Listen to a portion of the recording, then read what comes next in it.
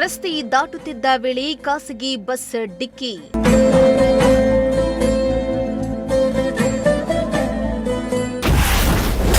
ಸ್ಥಳದಲ್ಲೇ ವಿದ್ಯಾರ್ಥಿ ದಾರುಣ ಸಾವು.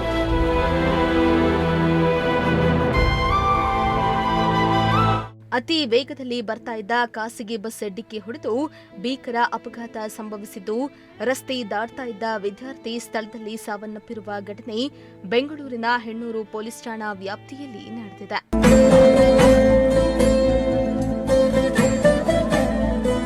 ಇನ್ನು ಮೃತ ವಿದ್ಯಾರ್ಥಿಯನ್ನ 16 ವರ್ಷದ ವರುಣ್ ಎಂದು ಗುರುತಿಸಲಾಗಿದ್ದು, ಚಿಕ್ಕಂತರಲು ರಸ್ತೆ ದಾಟ್ತಾ ಇದ್ದ ವೇಳೆ ಬಾಗಲೂರು ರಸ್ತೆಯಲ್ಲಿ ಈ ಅಪಘಾತ ಸಂಭವಿಸಿದೆ. ವೈಟ್ ಟ್ಯಾಪಿಂಗ್ ಕಾಮಗಾರಿ ನಡೀತಾ ಇದ್ದ ಹಿನ್ನೆಲೆಯಲ್ಲಿ ವಾಹನ ಸಂಚಾರ ಗೊಂದಲದ ನಡುವೆ ಚಿಕ್ಕಂತರಲು ಬಂದಿದ್ದ ವರುಣ್ ರಸ್ತೆ ದಾಟಲು ಯತ್ನಿಸಿದ್ದಾನೆ. ಈ ವೇಳೆ ವೇಗವಾಗಿ ಬಂದ ಖಾಸಗಿ ಬಸ್ ವರುಣ್ಗೆ ಡಿಕ್ಕಿ ಹೊಡೆದಿದೆ. ಡಿಕ್ಕಿಯ ರಭಸಕ್ಕೆ ತೀವ್ರವಾಗಿ ಗಾಯಗೊಂಡಿದ್ದ ವಿದ್ಯಾರ್ಥಿ ಸ್ಥಳದಲ್ಲಿ ಸಾವನ್ನಪ್ಪಿದ್ದಾನೆ.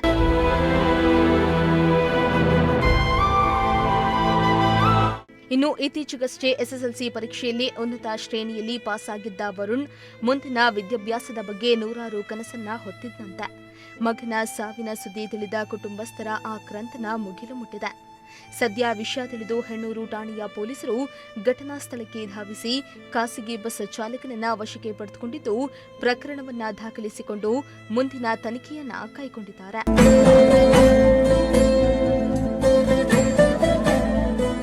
Bureau report, Prajashakti TV, Bengaluru.